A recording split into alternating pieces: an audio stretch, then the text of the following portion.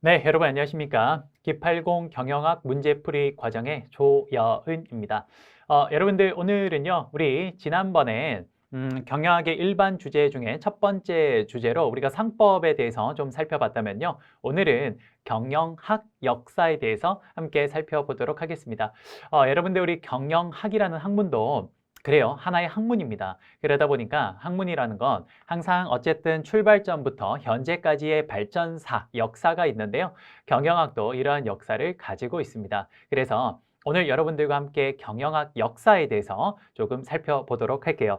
자, 늘 그랬던 것처럼 우리 경영학 역사에 대해서 지금 설명을 할 건데, 그런데 말씀드린 것처럼 전체 공부법과 최근 출제 경영에 대해서 설명드리면서 동시에 경영학 역사의 흐름에 대한 전체 그림, 큰 도식 숲을 한번 보여드리는 그런 시간으로 좀 활용하겠습니다. 알겠죠?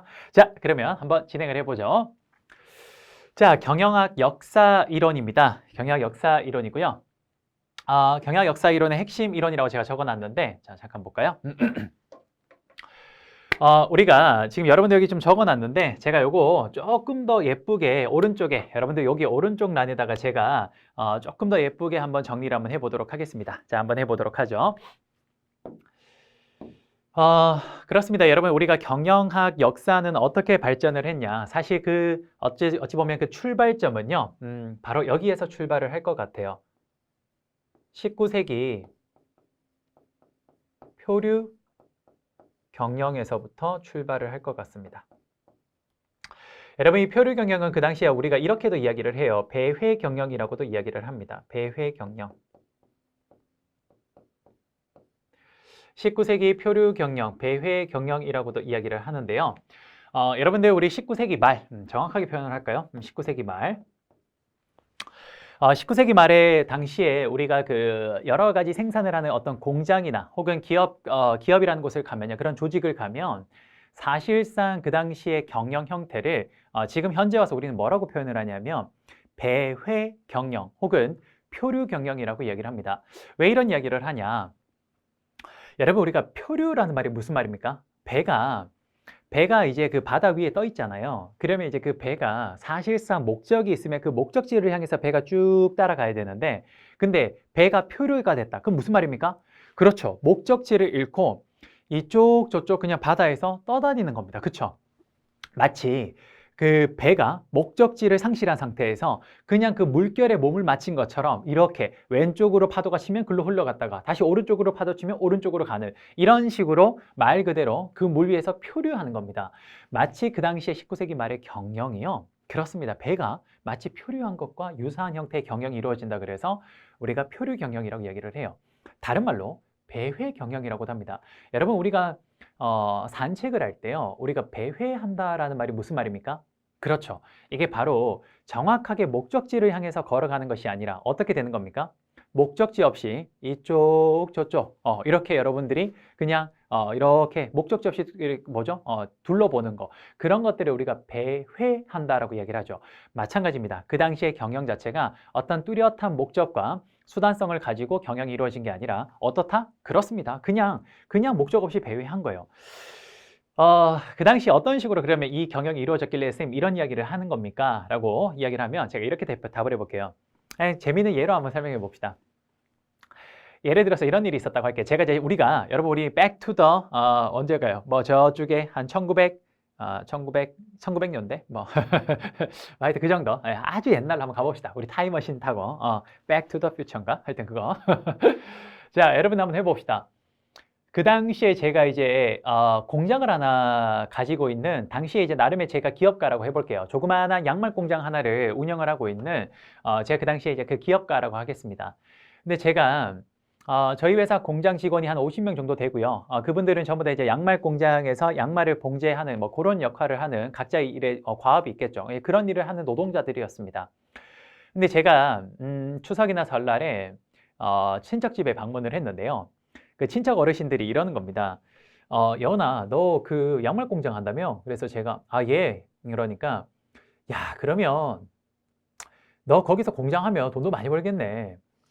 야, 너 네 사촌 동생 홍길동 알지? 그래서 예. 라고 했더니 걔가 내 자식인데도 미치겠다. 아니, 대학까지 시켜서 졸업을 시켜놨더니 대학식이나 졸업한 놈이 아직도 일을 안 하고 맨날 집에서 게임하고 롤하고 놀고 있더라. 그래서 내가 진짜 속이 진짜 터질 것 같다. 야, 내가 부탁 하나만 하자, 연아. 네가 공장 지금 직접 운영을 하니까 야, 거기에 네 사촌 동생 하나 일자리 하나 좀 해주라. 이렇게 얘기를 하시는 거죠. 사실 그 당시는 우리가 흔히 말하는 족벌 경영 뭐 이런 것들이 굉장히 만연화되어 있었던 곳이기 때문에 그냥 뭐 그 부탁을 사실 흔히 이제 우리가 뭐라 해야 될까 이렇게 탁 단칼에 자를 수가 없었던 거죠. 그러니까 저 역시도 이제 조금 그게 좀 답답하니까 어쩌겠습니까? 조금 뭐 마음에 안 들어도 아이 뭐 네 뭐 삼촌 제가 그러면 우리 홍길동 그 우리 조카 제가 그러면 일하는 공장에 몇 날 며칠부터 나오라고 할 테니까 그때부터 일을 좀 시키겠습니다. 이렇게 한 거죠. 자, 그렇게 해서 이제 그 친구를 데려왔어요. 이제 그 일을 취직을 시켰습니다. 근데 어떻게 행동을 하냐, 얘가. 이제 거기 들어오니까 어쨌든 회사에서 일을 할 때는 공적인 업무이기 때문에 저는 이제 어쨌든 대표, 사장이고 그 친구는 종업원이잖아요. 그러면 이제 저한테 그 공식적인 석상에서만큼이라도 대표님 혹은 사장님 이렇게 이야기를 하면서 제가 지시한 내용에 대해서는 정확하게 그 과업을 완수를 해야 됩니다. 근데 이 친구 어떻게 하냐? 이러는 거죠. 아침에 좀 늦게 출근을 했어요. 그래서 그 친구의 담당 팀장이 저한테 뭐 대표님 그 지금 새로 들어온 그 친구가 아침에 너무 늦게 출근을 합니다. 이거 어떻게 해야 됩니까? 그래서 제가 그거 좀 혼을 내야 될 것 같은데요. 라고 제가 이야기를 했습니다. 좀 따끔하게 경고를 주십시오. 라고 얘기를 해서 팀장님 이야기를 했더니 그 사촌 동생이라는 애가 뭐라고 합니까? 팀장님 잘 모르시나 본데 여기 사장님이 제 사촌 형님이에요. 예. 팀장님 잘리고 싶으십니까? 이렇게 얘기를 하는 거죠. 미친 거죠. 그러니까 이게 완전 일 자체가 주먹국어식인 거예요. 뭔가 내가 아는 지인들 데리고 와서 그 사람들이 그냥 일자리를 주는데 그 사람들조차도 내가 아는 지인이 윗사람이니까 그러니까 에이 무슨 박하게 왜 그렇게 행동을 하세요. 그냥 대충대충 합시다. 이렇게 되는 거죠. 뭔가 조직이요. 하나의 목표를 향해서 달려가기 위해서 똘똘 뭉쳐서 이렇게 달려가도 모자랄 판에 어떻게 하고 있는 겁니까? 그렇죠. 각자 각계 전투, 각계 플레이를 하고 있는 겁니다. 그렇죠? 이러니까 조직 자체가 어떤 한 방향으로 똘똘 굴러갈 수가 없는 거예요. 어떻게 하고 있는 겁니까? 그렇죠. 어느 날에는 이쪽이 힘이 세지니까 이쪽으로 갔다가 또 어느 날은 이쪽이 힘이 세지니까 이쪽으로 갔다가 어떻게 하는 겁니까? 표류하고 있는 거네요. 또 어떻게 하고 있어요? 배회하고 있는 거죠.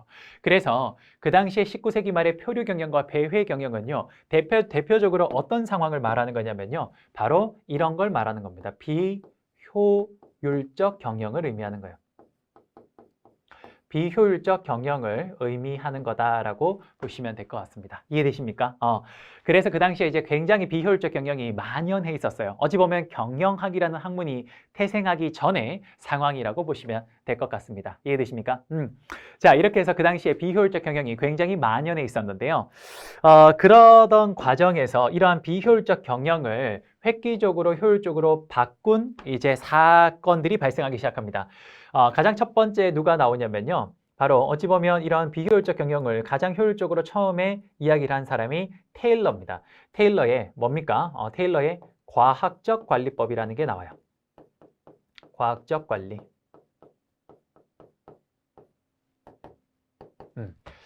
자, 여러분 재밌는 이야기 한번 해볼까요? 테일러라는 사람은 어떤 사람이었냐? 자, 이런 이야기 한번 해봅시다. 테일러는요, 잠시 후에 제가 설명을 드릴 페요리랑 공통점과 차이점이 명확한 사람이에요. 무슨 누구냐? 테일러는 일단 페요일과의 공통점은 뭐냐? 굉장히 똑똑한 사람입니다. 굉장히 똑똑한 사람이에요. 테일러도 그 당시에 상당히 똑똑한 사람이었고요. 그 다음에 페요일도 상당히 굉장히 좀 뛰어난 사람 중에 한 사람이었습니다.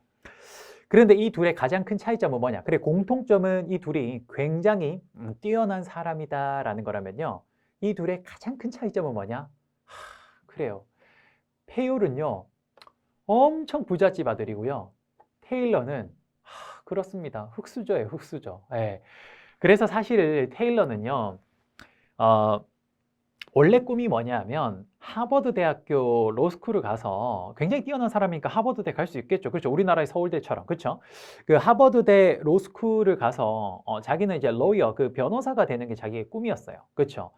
근데 예나 지금이나 참 인간 세상이 변하지 않은 게 뭐냐면요. 먹고 사는 문제가 해결되지 않으면 사실 우리가 학업이라는 걸 그렇게 쉽게 이어간다라는 게 그게 사실 쉽진 않습니다. 그렇죠? 여러분들 지금 우리가 살고 있는 이 사회에 어찌 보면 대학이라는 곳이 너무나 많은 사람들이 진학을 하고 있어서 대학이라는 게 참 누구나 들어가는 것처럼 쉽게 보일지 모르겠습니다만 그렇지만 여전히 사회 곳곳에는 지금 현재 그 먹고 사는 문제, 어떤 생계의 위험 때문에 자기가 공부를 더 하고 싶어도 못하는 사람들이 정말 많습니다. 그건 사실 우리 세대가 아니라 사실은 그 우리 윗세대, 우리 부모님 세대가 정말 그런 게 많았죠. 우리는 그나마 물질적 풍요가 좀 많이 좋아진 시대에 살고 있어서 대학 진학률도 굉장히 높지만 하지만 부모님 세대에서는 그 당시는 아직까지 우리나라가 경제 성장하는 과정이라서 그래서 정말 공부를 하고 싶음에도 불구하고 하지 못하는 그런 경우가 사실은 좀 많았습니다. 그렇죠? 제가 여러분들 그 가끔씩 그 평생교육원 쪽 강의를 한 번씩 하는데요. 물론 이제 그쪽도 제가 경영학 강의나 경제학 강의를 하고 있는데 이 평생교육원 강의는 제가 항상 늘 조금 뭐라 해야 될까요? 조금 사명감을 갖고 하는 곳 중에 하나입니다. 물론 제 강의 자체를 워낙 좋아하는 사람이라서 어떤 강의에도 사명감 없이 하는 건 아닌데 평생교육원 쪽은 개인적으로 조금 마음이 조금 굉장히 좀 뭐라 해야 될까요? 좀 따뜻하게 좀 끌리는 곳 중에 하나예요.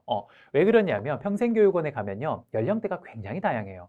그중에 심지어 저희 아버지보다 1살 어리신 분, 그러니까 저희 아버지가 지금 나이가 환갑이 훌쩍 넘으셨는데 환갑을 훌쩍 넘으신 분에 보다 1살 어리다는 건 어쨌든 그분도 나이가 굉장히 많죠. 그렇죠? 그런 약간 나이가 굉장히 많으신 분도 거기 와 계십니다. 그래서 제가 한 번은 여쭤봤어요. 너무 수업을 열심히 들으시니까 제가 너무 감사해서 아니 어떻게 이렇게 열심히 수업을 하시고 또 제가 참 감동스럽게 열심히 해주셔서 너무 감사하고 두 번째는 궁금한 게 그 왜 지금 이렇게 좀 늦은 나이에 이 학점은행제를 하십니까? 라고 제가 여쭤봤어요. 그랬더니 하시는 말씀이 사실 자기가 어렸을 때는 집안이 너무 힘들어서 그리고 동생들이 너무 많아서 자기가 공부를 더 하고 싶어도 할 수가 없는 상황이었던 거죠. 그래서 자기가 이제 맞이니까 동생들을 어떻게든 자기가 키워서 그래서 이제 대학 보내고 했다라는 거예요. 근데 정작 자기 동생들은 전부 다 자기가 돈 벌어서 다 대학을 보냈는데 본인은 그 대학을 가보지 못한 그 다음에 그 공부를 열심히 해보지 못한 그거에 대한 아쉬움이 너무 커서 그래서 지금 이제 은퇴를 하고 난 뒤에 조금 시간적 여유와 경제적 여유가 생기니까 자식까지 다 키우고 나니까 그 지금까지는 남을 위해 살았다라면 이제 남은 인생은 날 위해서 한번 살아보고 싶습니다라고 하면서 그래서 자기 이루지 못했던 그래요 학업에 대한 그 끈을 지금이라도 이어가고 싶습니다라고 얘기를 하시는 거예요. 그래서 그 당시에 제가 이제 경영 관련된 이제 그 자격증을 강의를 했었는데 굉장히 열심히 하셨고 그래서 최고 등급 바로 아래 등급을 받으셨어요. 보통 학생들도 그거 받기 힘들거든요.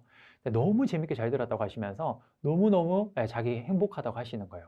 더군다나 이제 그런 학점은행제 쪽은 이제 학교 쪽에서 평생교육을 많이 하기 때문에 그 간접적으로 교정, 그러니까 그 대학교 캠퍼스도 분위기도 느낄 수 있었고 너무 좋았다고 하시는 거예요. 그래요. 그만큼 예나 지금이나 우리가 이게 학업이라는 걸 사실 계속 이어가려면 기본적으로 좀 경제적인 베이스가 좀 돼야 됩니다. 사실 그거를 이겨내면서 뭔가 한다는 건 사실 그렇게 쉽진 않아요. 그렇죠? 근데 테일러가 딱 그랬어요. 테일러가 굉장히 뛰어난 사람이고 그리고 굉장히 똑똑하고 스마트하면서 학업에 대한 의지도 굉장히 강한 사람이었으나 결국 집안 자체가 워낙 힘들었기 때문에 테일러는 본인의 학업을 결국 잊지 못하고 결국 어떻게 됐냐? 생계를 위해서 그렇습니다. 아무래도 집안이 가진 게 없고 워낙 가난하니까 결국 생계를 유지하기 위해서 갈 수 있는 곳이 어디냐? 그렇죠. 공장에 일반 일용직 노동자나 혹은 그냥 굉장히 이제 그냥 단순 노무직으로 들어간 겁니다. 그래서 그 당시에 테일러가 어떤 그런 일반적인 그냥 그 생산 공장에 들어간 거죠. 거기에서 이제 굉장히 이제 쉽게 말해서 단순 업무를 하는 쪽으로 들어갔었던 거예요. 근데 천재는 어디서나 빛을 발하죠. 제가 항상 좋아하는 사자성어 낭중지추라고 합니다. 주머니 속에 넣어놓은 송곳은 언제든 그 송곳이 표시가 난다라고 하는 거죠. 아무리 감추려고 해도 그 천재성은 그렇죠. 쉽게 감춰지지 않습니다. 그래서 테일러가 공장에 갔는데 공장에 가서 보니까 단순 일을 하러 갔으나 그 사람은 단순 일을 안 한 건 아니에요. 굉장히 열심히 했는데 근데 워낙 뛰어난 사람이니까 그 단순 노무 일을 하면서 주변을 둘러봤더니 정말 일 자체가 주먹구구식인 거예요. 대충 그냥 그때그때 땜질식으로 일을 하고 있는 거예요. 그래서 그 비효율적인 경영이 테일러 눈에 보였던 겁니다. 그래서 테일러는 이러한 비효율적 생산 방식을 굉장히 효율적으로 바꿀 수 있는 획기적인 기법과 그런 것들을 제안을 하게 되는데요. 그게 바로 테일러의 과학적 관리법이라고 이야기를 하는 겁니다. 어떻게 하는 거냐? 가장 대표적인 이런 거죠. 테일러의 과학적 관리법은 첫 번째, 테일러는 거기 있는 공장의 모든 직원들이 일단 하는 동작을 꾸준히 연구를 했습니다. 그랬더니 어떤 일이 있었냐? 어떤 사람이 예를 들어서 어떤 판 하나가 이렇게 왔을 때 거기다 망치를 탁 치는 그런 과정이라고 했을 때요. 그 판 하나가 이렇게 오는데 그 테일러가요. 어떤 사람은 보니까 자 일반적으로는 사람이 표준적인 사람이라면 여기서 망치로 이렇게 들어서 한번 툭 치고 이렇게 가는데 그런 사람들이 제법 많긴 한데 또 어떤 사람은 어떻게 하냐면 판이 이렇게 오니까 좀 성격이 급해요. 그러니까 어떻게 하냐면 요렇게 막 치고 있는 거예요. 요렇게. 예, 요렇게. 그다음 또 어떤 사람은 성격이 좀 굉장히 여유롭고 또 뭡니까? 소위 말해서 이제 이 보이는 거. 이거를 좀 이 남자가 갑바가 있어야지 이러면서 좀 멋을 추구하시는 거죠. 그러니까 그 판이 이렇게 오니까 어떻게 하냐면 망치를 들고 이렇게 이렇게 토르처럼 돌려서 그래서 이렇게 한 번씩 치는 겁니다. 뭐 이걸 한 5번씩 돌리니까 한 1초면 쳐도 될 걸 막 10초씩 걸리는 거죠. 이렇게. 그러니까 그 너무 동작이 제각각이다 보니까 그러니까 나오는 품질 자체, 제품의 품질 자체도 생산품의 품질이 굉장히 균일적이지 못하고 불균일적인 겁니다. 그러니까 불량품도 많이 양산되고 너무 자원이 낭비되는 거죠. 그래서 이제 테일러 입장에서는 천재 눈에는 그게 보인 거예요. 그래서 어떻게 했냐? 모든 직원들의 동작을 연구해서 그 사람들에게 표준을 제시해 줍니다. 그래서 그 표준 동작을 제시합니다. 어떻게? 예를 들어서 이렇게 해요. 자, 지금부터 판자를 칠 때는 망치를 들어서 45도로 탁 들어서 한번 내리치면 됩니다. 이렇게 이야기를 하는 거죠. 정확하게 그 동작의 표준의 동작을 기술해 줍니다. 그렇게 해서 이제 표준 동작이 만들어졌죠. 그러면 이제 끝이냐? 아니요. 표준 동작을 만들어줘서 사람들이 표준적으로 작업을 이제 하기는 해요. 이런 식으로 표준적으로. 근데 여전히 그 속도면이 좀 다른 거예요. 무슨 말이냐? 일반적으로는 45도 방향으로 이걸 들어서 한 번에 뚝 치는 거라면 어떤 사람은 이거를 45도 들어서 치긴 치는데 1초에 한 번 정도 쳐야 되는데 어떻게 하냐? 1초에 성격이 급하니까 막 치는 거예요. 45도로 이렇게 하는 거 맞는데 1초에 10번씩 치는 거예요. 반면 이렇게 했던 사람은 이제 이렇게 하지 않고 표준 동작을 해서 이렇게 하긴 하는데 근데 이 사람 자체가 워낙 그 태생 자체가 조금 여유로운 사람이다 보니까 이걸 세워라, 내워라 들었다가 그 다음 세워라, 내워라 이렇게 치는 거죠. 그렇게 되다 보니까 어떻게 됩니까? 기본적으로 동작 자체가 비슷해서 동작이 비슷하니까 품질은 거의 균일하게 나올 수 있는데 이 작업 공정이 그 다음 단계로 넘어가는 데 있어서 이게 넘어가는 과정이 균일하지가 않은 거예요. 굉장히 빨리 치는 사람은 빨리빨리 넘어가고 그다음에 천천히 치는 사람은 너무 천천히 넘어가니까 어떤 곳에는 막 병목 현상이 발생하고 어떤 곳에는 그 다음 작업자가 놀고 있는 거예요. 그래서 이렇게 됐을 때 제품의 생산이 균일하지 못하겠구나 라고 생각을 해서 표준 동작을 제시해 준과 동시에 표준 시간까지 제시를 해줍니다. 그렇게 해서 어떻게 하냐? 자, 지금부터 표준 동작은 45도로 팔을 들어서 한 번 내려치는 거고요. 표준 시간은 이 45도로 들어서 한 번 내려칠 때 1초에 한 번씩 치는 겁니다 라고 알려주는 거예요. 그러면 요 두 가지를 딱 더해버리면 뭐가 나오냐? 그 회사의 종업원들이 하루에 해야 되는 일당량이 나옵니다. 그걸 테일러는 아주 유식한 말로 표준 과업이라고 이야기를 했어요. 자, 예를 들어서 45도로 들어서 1초에 하나씩 친다면 그러면 1분이면 60개를 치게 되겠네요. 그렇죠? 그 다음에 1시간이면 얼마를 칩니까? 3,600개를 치겠네요. 그렇죠? 자, 거기에서 1일 8시간 일을 한다면 3,600개 곱하기 8을 하면 될 겁니다. 그렇죠? 그럼 이 사람이 하루에 해야 되는 표준과업이 나오게 되는 거예요. 됐어요? 그렇죠. 테일러는 바로 이렇게 해서 표준과업을 정해줍니다. 자, 이렇게 해서 표준과업을 정해주고 이제 여기서 좀 더 사람들의 모티베이션, 동기를 부여하기 위해서 어떻게 하냐? 이렇게요. 거기 있는 모든 작업장에 있는 그 노동자들에게 표준과업을 제시함과 동시에 그들에게 모티베이션을 올리기 위해서 표준과업을 달성 혹은 초과한 사람한테는 고임금을 주고 그 다음 그걸 달성하지 못한 사람한테는 저임금을 주는 이걸 테일러식으로 뭐라고 하냐면요. 차별 성과급제를 실시를 합니다. 이해되십니까? 그러니까 굉장히 모든 과업을 과학적으로 분석하고 과학적으로 실행을 했던 거예요. 자, 이게 여기서 그치지 않습니다. 테일러는 또 어떻게 하냐면 생산을 좀 더 효율적으로 하기 위해서는요. 해당 어떤 과업들이 있으면 그 과업에 적합한 인재를 선발을 해야 됩니다. 그래서 그 과업이 어떠한 것들을 요구하는지 어떤 스킬들을 요구하는지를 잘 분석을 해서 그래서 사람을 뽑을 때에도 거기에 적합한 사람을 선발하라. 이걸 역시 테일러식으로는 과학적 선발 관리를 하라고 합니다. 이해되십니까? 자, 여기서 역시 끝나지 않아요. 또 어떻게 하냐? 기존에는 우리가 노동자들을 관리 감독할 때는요. 감독자 한 명이 예를 들어서 뭐 A 공정과 B 공정과 C 공정과 D 공정이 있으면 감독자 한 명이 이 전체를 다 관리해요. 근데 그렇게 하면 효율적이지 못하다고 합니다. 그러면서 어떻게 하냐? 관리 감독을 할 때에도 A 공정에 적합한 관리자를 둬서 A 공정만 전문적으로 관리하게 두고 그다음에 B 공정도 B 공정만 전문적으로 관리하게 감독하게 돼버려둬라. 이걸 뭐라고 했냐면 기능식 직장 제도라고 해요. 이거 여러분이 쉽게 표현하면 뭐냐면 이거예요. 야구에서 여러분 우리 야구는 보면 투수도 있고 타자도 있고 그다음에 수비수도 정말 다양하잖아요. 1루수, 2루수, 뭐 3루수 많잖아요. 그렇죠? 자, 그랬을 때 그 모든 야구 선수들을 감독 한 명이 전체를 관리하는 것보다 자, 감독 밑에 코치진이 있죠. 그래요. 예를 들어서 코치들이 이런 코치가 굉장히 세분화되어 있습니다. 타격 코치, 그렇죠? 그 다음에 수비 코치, 그 다음에 투수 코치, 뭐 이렇게 분류되어 있죠.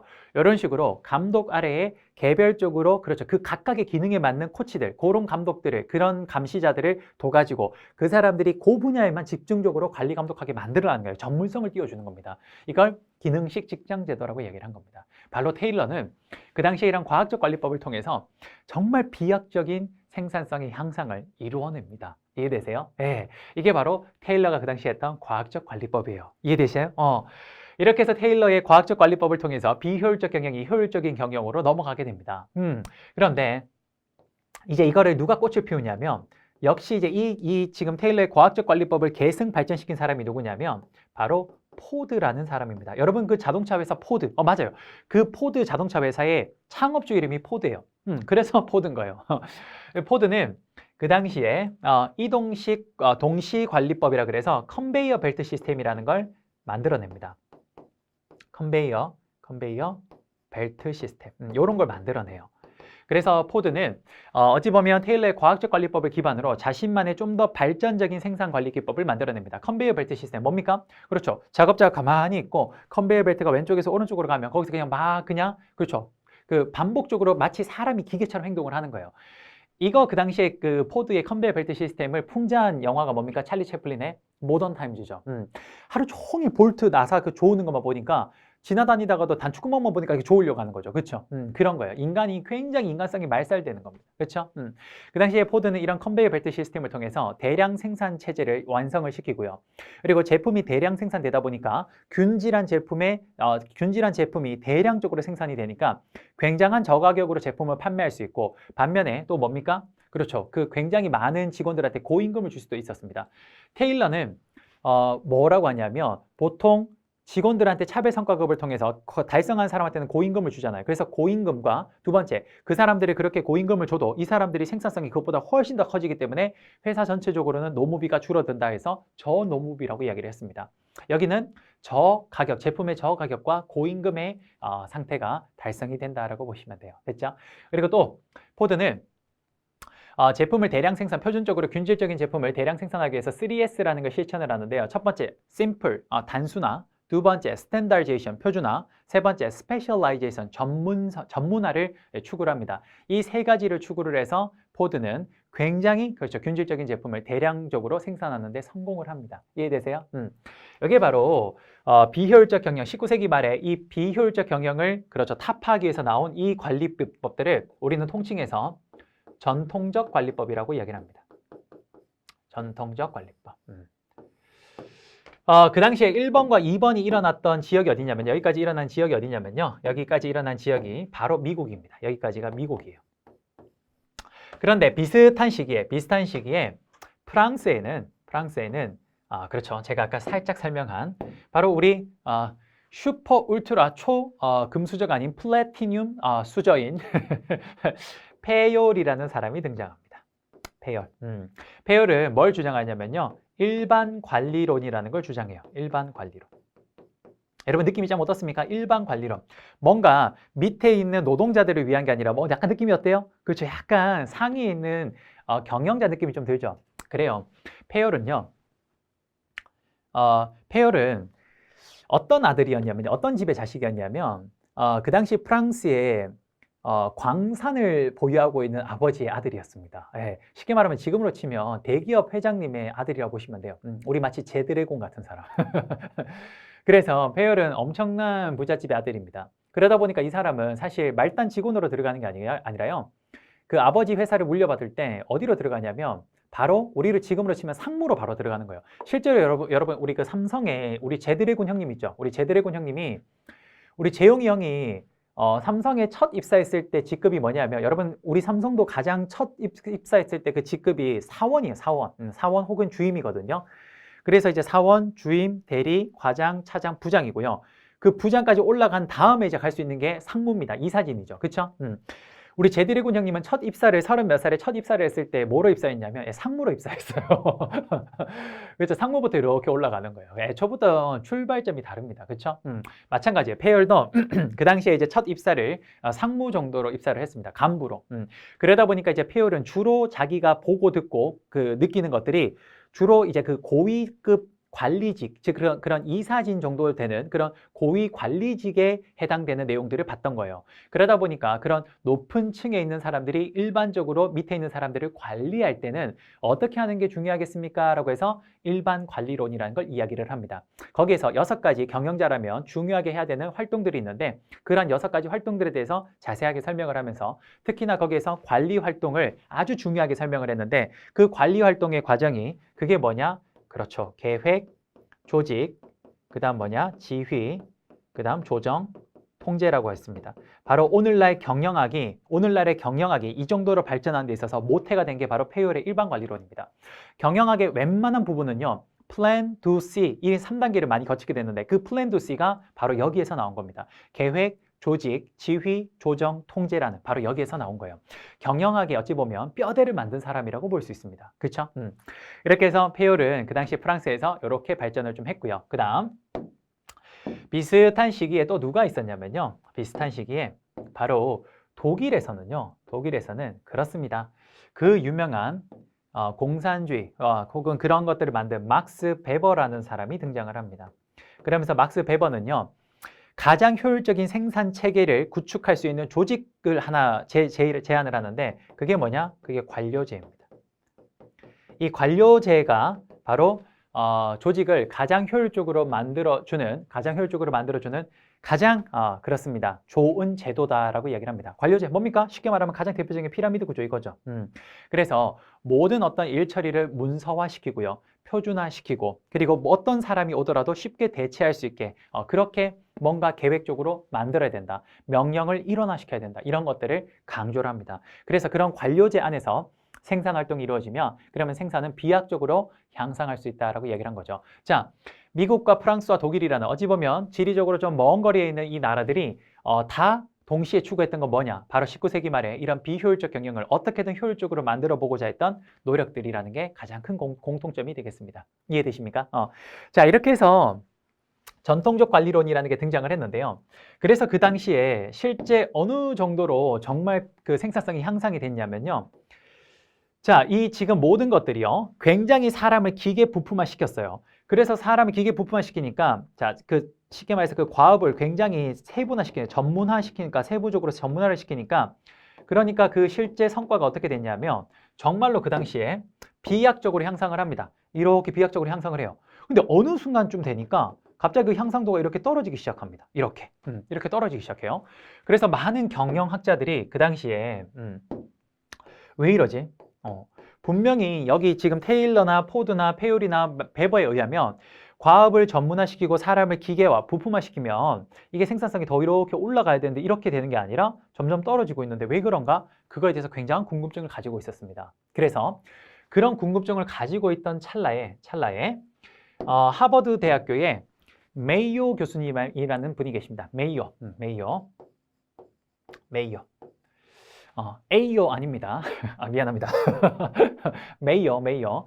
자, 하버드 대학교의 메이오 교수님이 왜 저렇게 되는가에 대해서 궁금증을 가지게 됐고 그걸 어떻게든 그 궁금증을 해결하기 위해서 그래서 미국의 호손이라는 곳의 지역에 있는 공장에 가서 그래서 실험을 해봅니다. 호송 공장이라는 곳에 가서 실험을 해봐요. 여러 가지 막 간식도 넣어주고 혹은 휴게 시간도 넣었다 뺐다 해보고 조명을 밝혔다 뭐 어두웠게 만들고 그렇게 해봤어요.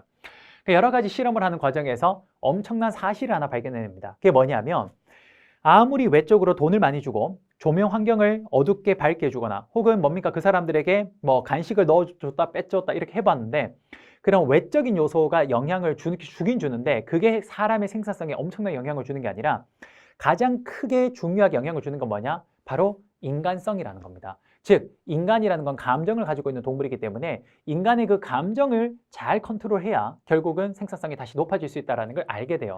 그걸 바로 그 유명한 메이오의 호송 공장 실험이라고 합니다. 자, 하나 기억하셔야 될 건 호송 공장 실험에서는 우선 첫 번째 여기 시험에 잘 나오는 포인트 중에 하나가 호송공장 실험 단계입니다. 첫 번째 단계가 조명 실험이고요. 이게 뭐냐? 실험 집단을 두 개로 나누어서 한 팀은 조명을 밝게, 한 팀은 조명을 어둡게 만든 거죠. 그렇게 해서 실험을 했는데 당연히 메이어 교수님은 이 실험을 할 때 조명을 어둡게 한 곳은 생산성이 떨어지고 조명을 밝게 한 곳은 생산성이 올라갈 거라고 생각을 했는데 실제로 그 결과가 어떻게 됐냐? 양쪽 집단 모두 다 생산성이 높아집니다. 여기에서 굉장히 뒤통수를 한 대 맞은 거예요. 뭐지? 이거 왜 이래? 그래서 추가 실험을 합니다. 그 두 번째가 계정기 실험이에요. 이 계정기 실험은요. 다시 실험 집단을 두 개를 두고 실험 집단을 두 개로 만들어 놓고 A 집단과 B 집단으로 만들고 여기서 메이어 교수님이 두 사람만, 종업원 중에 두 사람만 선택을 합니다. A 집단에 두 사람을 선택하고 B 집단에 두 사람을 선택을 해요. 그리고 난 뒤에 그 두 사람한테 뭐라고 하냐면 너희랑 같이 일하고 싶은 사람을 한 4-5명 더 뽑아오라고 합니다. 그럼 이 두 사람이 자기랑 같이 일하고 싶은 사람을 그래서 뽑아와요. 여기서도 B팀도 뽑아오고요. 그렇게 해서 이 두 집단에다가 한 집단에다가는 간식을 넣어주고 하나는 안 넣어주고 한 집단은 휴게 시간을 주고 여기는 안 주고 한 집단은 돈을 많이 주고 여기는 안 주고 이렇게 했었어요. 근데 그 양쪽 집단이 모두 다 생산성이 어떻게 되냐 결과가 다 향상됐습니다.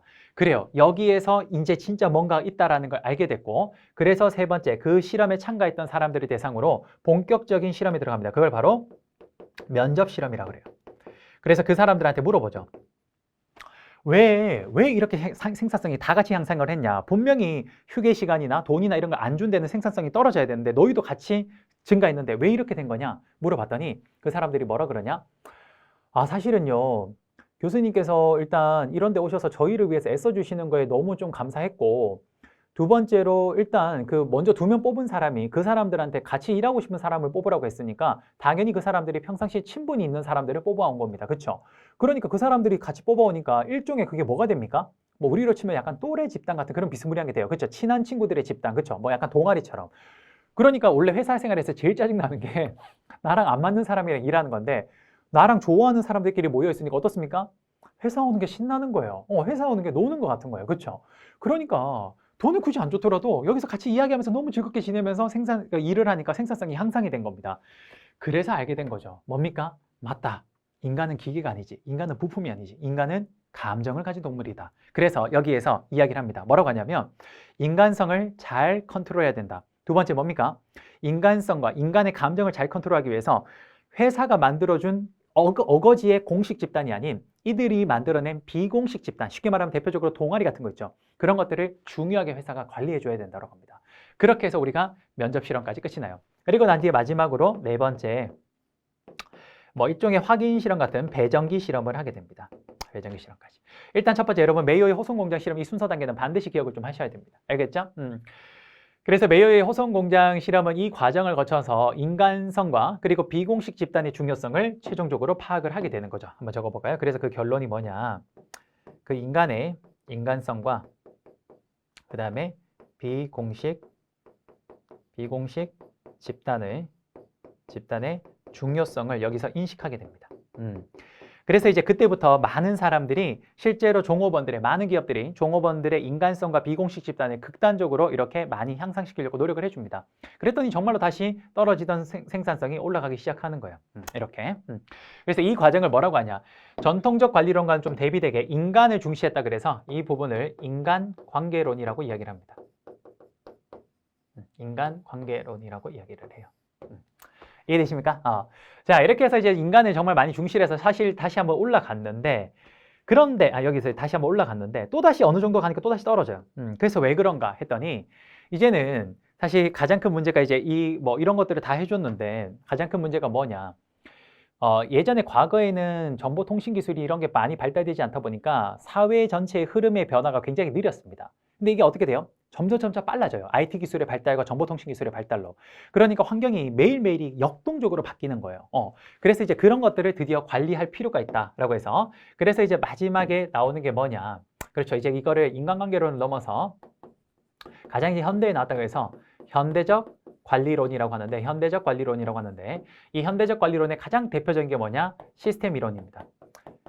이 시스템 이론은 기업은 뭡니까? 기업은 바로 하나의 시스템인데 폐쇄 시스템이 아닌 개방 시스템이다. 그래서 환경과 상호작용으로 주고받으면서 그 시스템은 운영이 되기 때문에 기업만 분석할 게 아니라 기업을 둘러싼 환경도 잘 분석을 해야 된다라고 이야기를 하고요.